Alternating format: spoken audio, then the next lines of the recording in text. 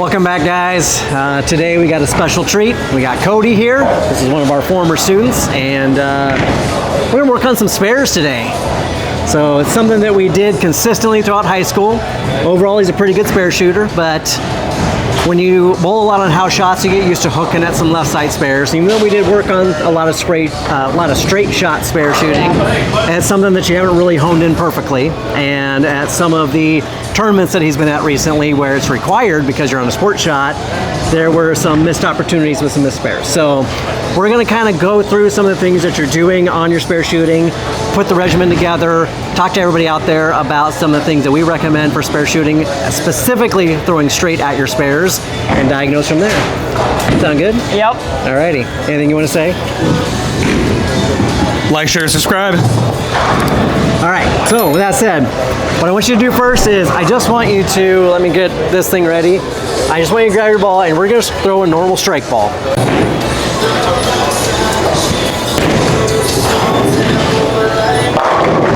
Oh, and perfect. Look at that. He left a 10 pin. I dropped Don't you know it?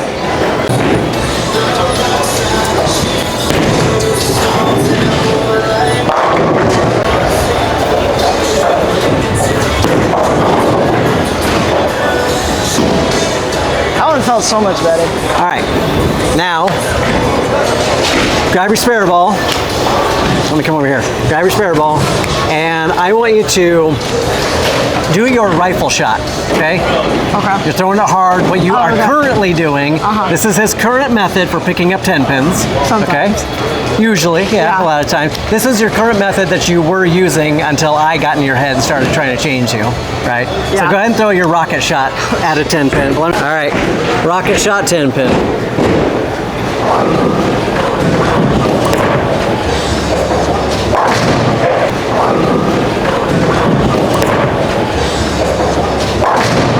And he converts it.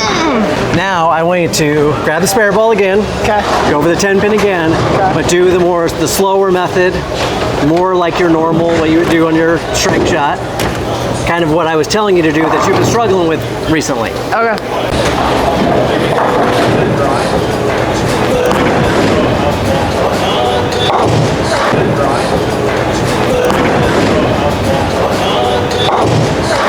Perfect. All right, so now you played cornhole, right? Yeah. All right, I want you to stand right there. Troy is your cornhole board. All right, cornhole board. Throw it just like a cornhole. Okay. Okay, do it again. Now take a step into it. Take a step. Okay. All right. This is your strike ball. Let me slow it down. You can see your backswing is a little more than parallel. Your shoulders, how open they are currently at that point, right? Nothing wrong with that. This is your strike ball. That's expected. You're trying to get your hand on the inside of the ball. In order to do that, it makes sense to open your shoulder. So what you're doing there, totally fine for your strike ball. All right. Yeah, that's your rocket shot. You can see how high your backswing is there and how open the shoulder is. So way up here, super high, super open right there. Your arm is in a great position. Your off arm being down is perfect for something like that, but you are incredibly wide open and incredibly high, which you have to be to get that kind of power, right? That's what you're trying to accomplish. Yeah. Now, let's compare that to your more slowed down version. Okay, so this is how we've been shooting at 10 pins. This is gonna mimic. So you're starting to open the shoulder a little bit. You got a little above parallel and your shoulders open again, just like your strike ball. Looks exactly like your strike ball. Same. All right. Now, let's compare that to cornhole. All right. Now, granted, your swing is really short, but your shoulders are pretty square. You're not open at all. Even as you step into it, shoulders are not open at all. Very square. All right. So, what I want you to think about when it comes to spare shooting, on the technique side, is the reason that your shoulder is getting way open is your hand is trying to get on the inside of the ball. You don't have to do that on your spare ball because you're trying to get in here so that you can come through and really rev the ball. Yeah. On your spare shot, you're not doing that. You're just here. So when you rock it, even if your hand is here, your hand's just kind of coming down dead. So this isn't necessary. The only purpose of opening your shoulders is trying to be the same as your strike ball, because then you're doing something consistent. Okay. The reason I said I don't like the rifle shot is because you're doing something different than your strike shot. You're used to doing this all day long, and then all of a sudden you got to pull this out, and then that causes you to miss. Now you're pretty good at your 10s, you're decent at them when you rifle it, but you start shooting at 7s and 4s and other things you're not used to doing, you're off a little bit. The other problem with opening the shoulder way up is, especially on the left side spares, is once you get over here, and now you got to throw that way, you open your shoulders here, you're trying to throw that way, opposite the direction you are, so now you got to turn and close way too much to come across your body. Right? So the strike shot, slowing it down and keeping it down more like a strike shot, was in an effort to try to get you consistent with your strike ball. But even more so, I'd rather have you try to learn to cornhole it. Now, you can swing higher. You don't have to be here. Right. It can start here as you practice. You can get it up a little bit higher. I don't care if there's a little bit open, but the idea is to keep it as close as possible. Because as close as possible, if you cornholed it, you threw it right to Troy. Like, you didn't miss your mark throwing it to Troy. So the idea is the same. If you look at the arrows and say, that's my platform I'm throwing this cornhole ball onto, then you aim for that, just throw it on that spot. If you're not putting anything on it, then you should be fine hitting that spot. So it's more going for that motion. Keeping your shoulders square means you're not going to have to come across your body. You're not going to have to try to close it, because when you're way up here, if you don't close down enough, it's going right. If you close down too much, it's going to the left. If you're square the whole way, there's no moving parts there. Everything is pretty much the same. So what I want you to think about is that. And then the other thing you can do is, if you're going for your 10s, shift your shoulders a little bit and get them square with your mark at the 10 pin. And then get up there and cornhole it, boom, right there at that spot. When you go to shoot your 7s or your 4s, you're gonna come over here, you're gonna shift your shoulders now, point it that way at your mark, same thing, cornhole it, boom, right to the mark. Okay. Everything is the same. Okay. So do a couple, just nice and easy, like slower than normal probably, just to get used to keeping your shoulders square. Pretend like you're throwing a cornhole thing underhand. Pick up your spare ball, shoot at a 10 pin, doing that. Okay. Man, this is another good reason you should always turn your feet a little bit. Yeah. Solid. Yeah.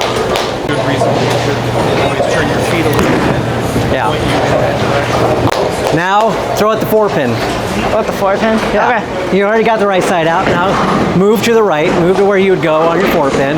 Turn your shoulders and walk toward that mark, keeping everything square at that mark, whatever your mark is. Okay. Tell me what your mark is too when you go to throw at it, so I can know if you hit it. I try to aim for about the same spot for the 10 pin. Which is what? 20. 20? All right.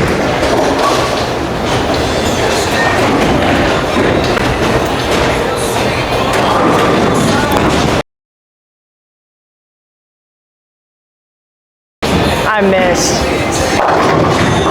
So that was right at 20, but you got the 4 pin. Okay, you were fine there. If you would have hit 20, you might have actually gone in the left gutter. But so you just moved your feet over a little bit more. You keeping the same mark? I moved it over, keep the same mark. Just keep them square, just like cornhole.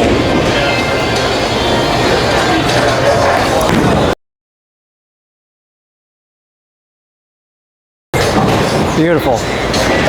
I barely missed. All right. Now you were right of 20 and you missed left of. It's not because it was slow. It did hook a tiny bit, but it wasn't because you threw it slow. It was just the angle. So now you just have to now adjust your regimen to figure out, where do I need to stand and throw in order to hit the 7 pin. So where did you stand there? I stood right on 1. Or not 1. 5. 5. Stood on 5. Stood on 5 and you hit probably like 17. All right, and you still ended up left. So let's move you over to like, I would have to try to do my math, I'm not gonna do. Let's go to like 8. Yeah, Okay. stand 8 and aim about the same spot. Okay.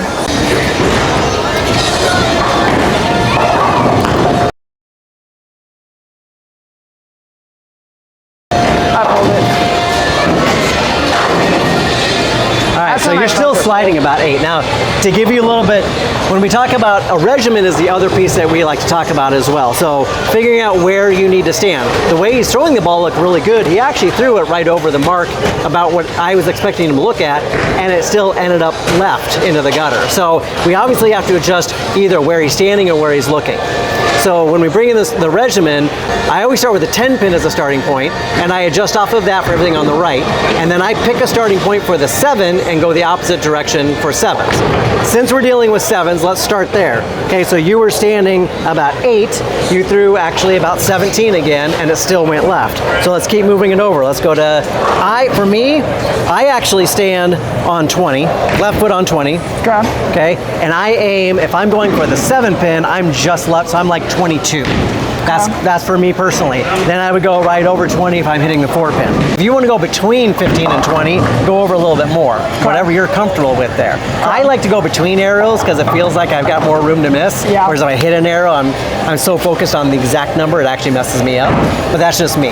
Yeah. So what do you like to shoot? Do you want to shoot at? Do you want to shoot at 20? I like to shoot in between. Shoot between them? All right, so we're going to go between 3rd and 4th arrow. We're going to go a little bit right of, yeah, so let's try, so what is that? That's 13? Yeah. So we're 13 going between 3rd and 4th arrow.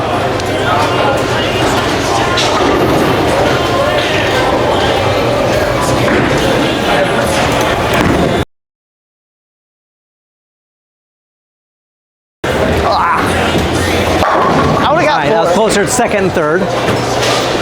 I would have got 4, but not 2nd. Right. Let's do the same thing again.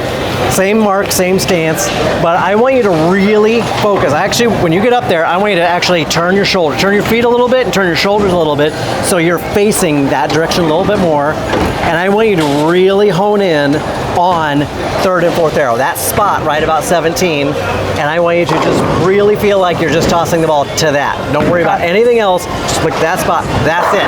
Okay. But turn your feet and shoulders a little bit left so that you're going that direction more than going straight. Turn your feet. There you go. Perfect.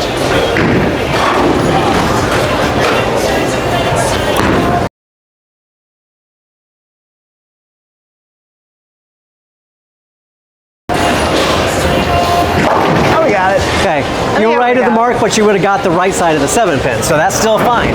So that would be the thing that I would suggest that you work on. If you like to keep that spot now, so if you're going to go the 4 pin, you're going to move a couple boards over to the left. You're going to keep that same spot for the 4 pin, and then a couple more boards over for the 3 pin, and then a couple more boards over. So if this is the head pin, aim between 3rd and 4th arrow. See if you hit the head pin. But again, just focus on that mark. Okay. Nothing else. Okay.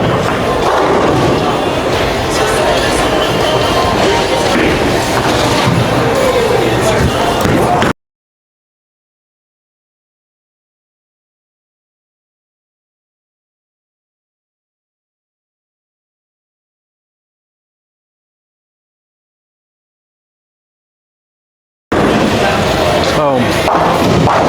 Just like that.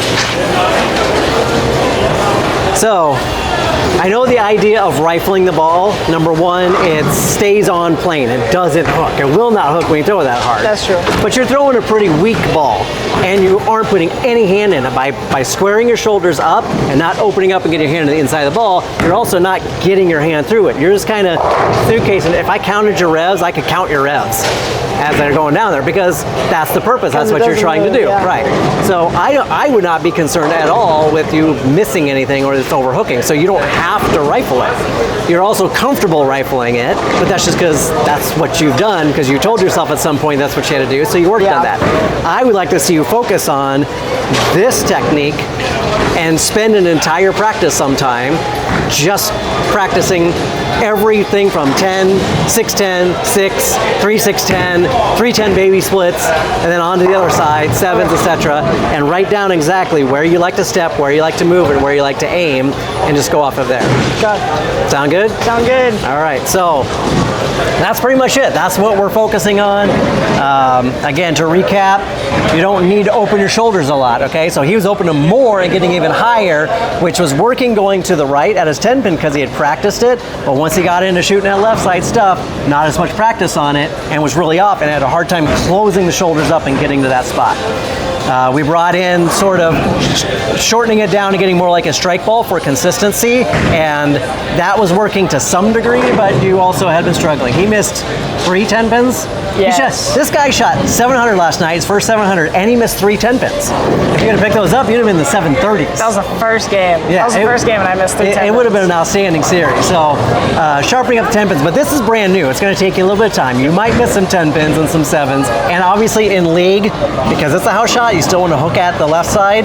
That's fine, but every practice session you do, if you're going to bowl tournaments, every practice session, always shoot straight at every spare in your practice session. You don't need to practice hooking at a 7 pin. You know how to hook on a 7 pin on a house shot. So that's what we're focusing on. And I think by squaring the shoulders up, focusing on more of that cornhole technique, you can really hone in on being consistent on hitting the mark over and over and over again. You just got to practice it and work on it. We missed by a little bit, but No worries. it's fine. What do you got to add, my man? Like, share, and subscribe. He said it. Jay Silent Bob over here. My jungle love, yeah. Oh, we, I think I wanna know ya, yeah, what? Listen, Exactly. just like, share, and subscribe. That's all we ask, right? It's not tough. Worth it. Please do. Please do. We appreciate you guys. So with that said, I want to thank Mockingbird Lanes for allowing us to do this. Thank you to the Bowling Store Pro Shop for all the drills.